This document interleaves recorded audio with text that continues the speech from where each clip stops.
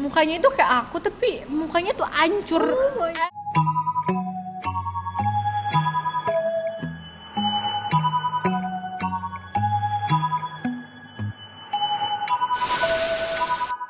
Jadi di video kali ini kita mau ngebahas pengalaman mistis atau horor yang pernah kita berdua alamin. alami. Jadi ini tuh kayak kisah kejadian nyata gitu deh yang pernah kita alami. Sebenarnya agak serem juga sih nyeritainnya, tapi kayak nggak apa-apa lah sekalian sharing-sharing Berbagi. gitu.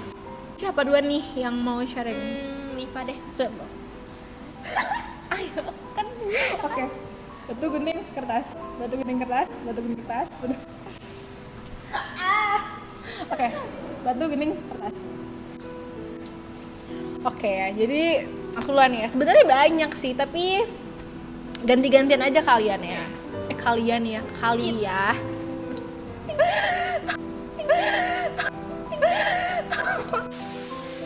Aku duluan ya guys. Yes. Sebenarnya ini nggak tahu sih horor atau gimana ya. Soalnya kan ketindihan juga udah dijelasin dalam medis gitu kan. Jadi aku ceritain aja ya.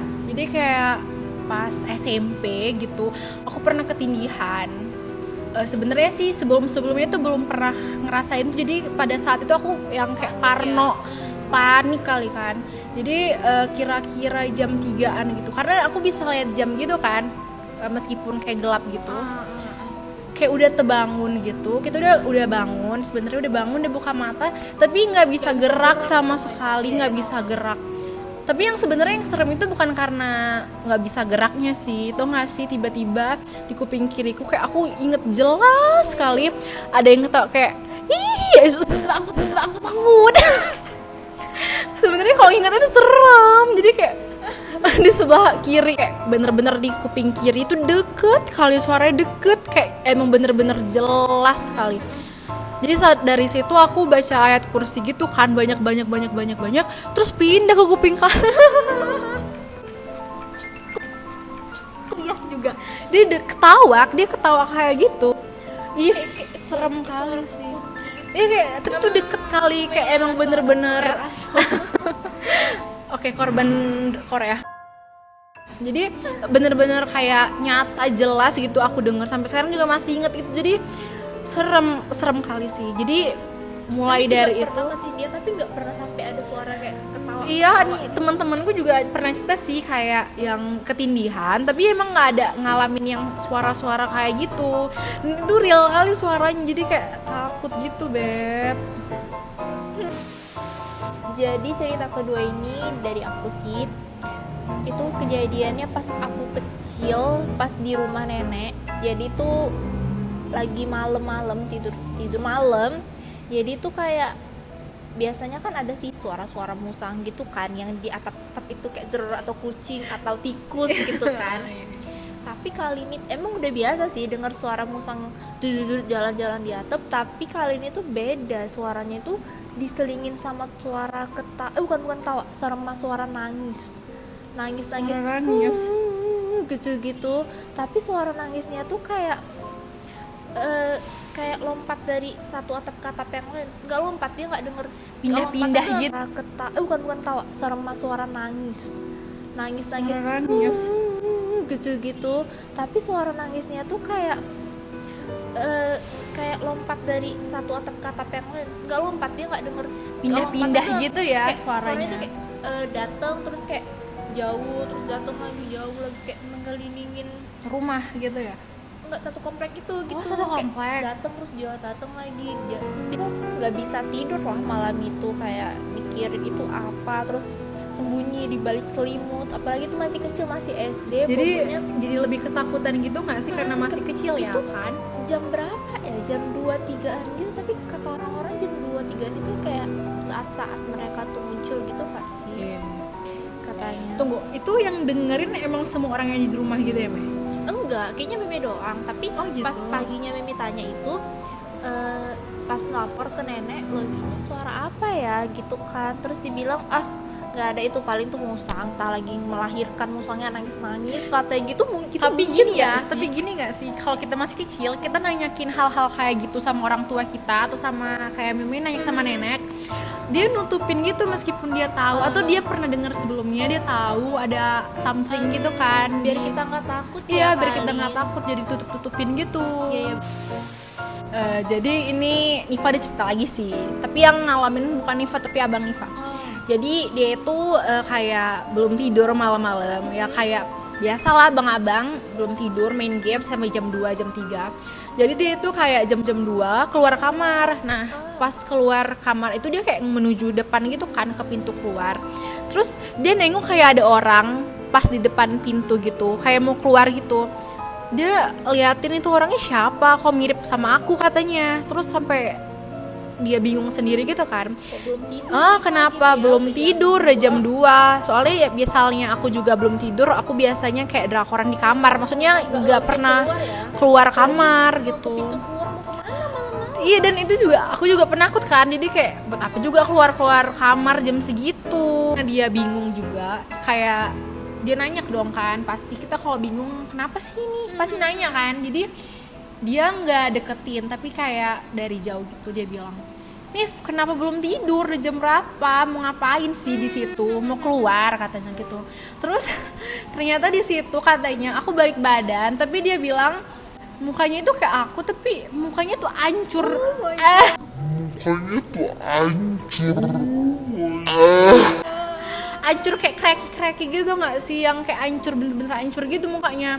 Terus dia langsung yang kayak mengucap, abis itu dia langsung aduh nggak iya nih, akhirnya dia kayak balik ke kamar gitu. Kalau Meme ada nggak? Itu sih yang paling terus yang paling teringat, yang paling diingat gitu sih. Paling kalau lihat sih kayak lihat sekelebat hitam, entah misalnya lagi di ruang tamu sendirian. Terus kan kalau di ruang tamu kadang bisa tuh lihat ke dapur, terus kayak ada yang lihat yang lewat hitam padahal lagi sendiri di rumah. Tapi ya memang nggak begitu takut sih. Atau karena udah sering juga ya, jadi kayak udah biasa. Jadi mungkin kayak memang kan mereka itu kan hidup berdampingan sama kita, jadi ya udah deh. Kalau Niva sih paling pernah ngalamin sleepwalking. Sering malah. Dibilang sering juga nggak pala sering, tapi ya nggak jarang juga. Kayak udah beberapa kali gitulah ngalamin sleepwalking. Kalau misalnya kayak kesurupan gitu pernah nggak? Oh my god. Kita nggak pernah ngalamin pribadi. Ada sih, pasti masing-masing pernah ada ngeliat gitu. Coba Mimi deh jelasin dulu. Pernah dulu di sekolah aku itu kejadian kesurupan massal. Dan masuk berita juga sih ya Me. Oh my god. Kayak setiap kelas itu pasti ada perwakilan yang kemasukan gitu loh, kayak dari kelas aku aja ada satu deh, kelas aku satu. Di kelas-kelas lain tuh kayak sampai ber-60-an gitu loh, satu angkatan. Itu satu angkatan, belum lagi sampai kelas 1, kelas 2-nya belum lagi. Pokoknya setiap kelas tuh pasti ada perwakil. Aduh kayak lomba ya perwakilannya.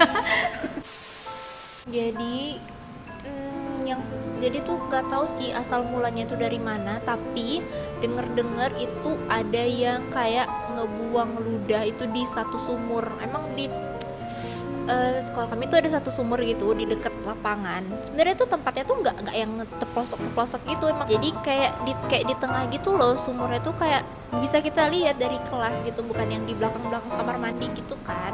Jadi kayak ada katanya ada yang buang ludah situ, baru tuh mungkin penunggunya marah di situ. Lagi ngapain ya buang ludah sembarangan gitu? Itu nggak ada etika kali. Itulah kayak gitu kan. Terus mulainya tuh dari kelas 10 kalau nggak salah ya kemasukan. Terus tiba-tiba yang orang yang diangkat itu melewati kelas aku dan kebetulan nyamber deh ke teman aku. Posisi aku nih kelas 3, kelas 12 udah mau tamat juga. Emang katanya sih kejadiannya itu udah kesurupan massal ini pernah terjadi 2 tahun lalu gitu. Di 2 tahun lalu lah. Tapi aku nggak kena, aku masih SMP kelas 3.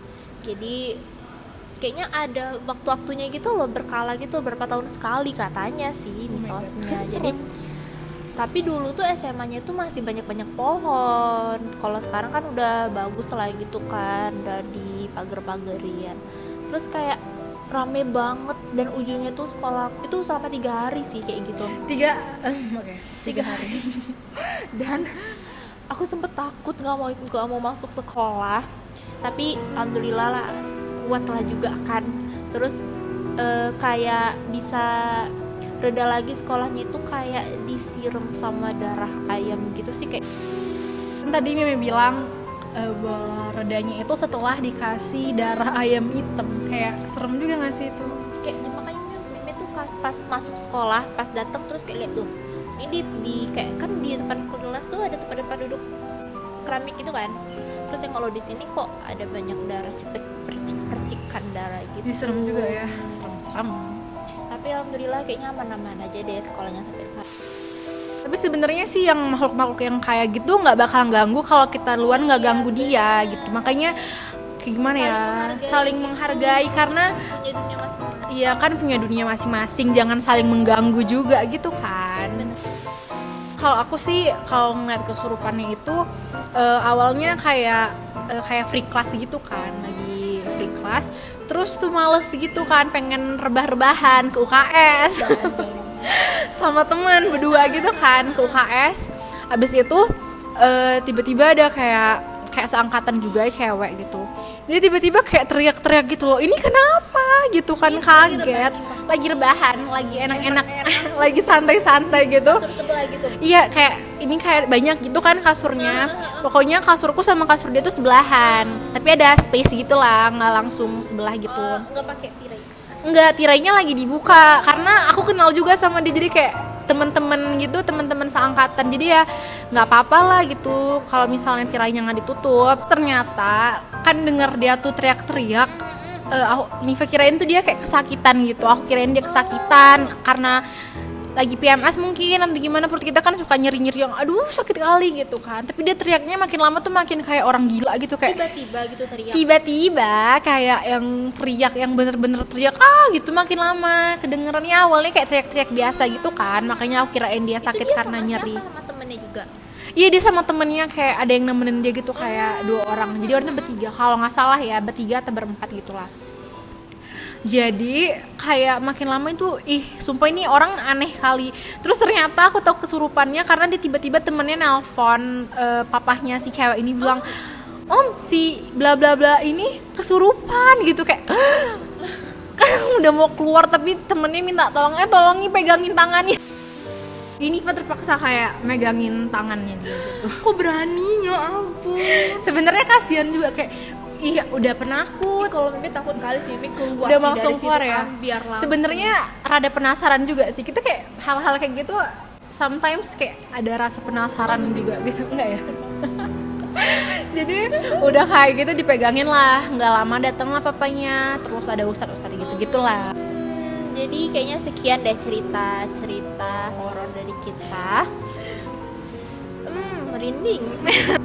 Jadi kalau misalnya kalian ada cerita yang mirip-mirip seperti kami atau cerita horor mistis lainnya, kalian boleh komen di bawah.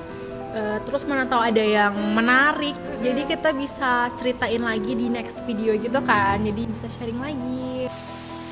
Jangan lupa komen, Like dan subscribe.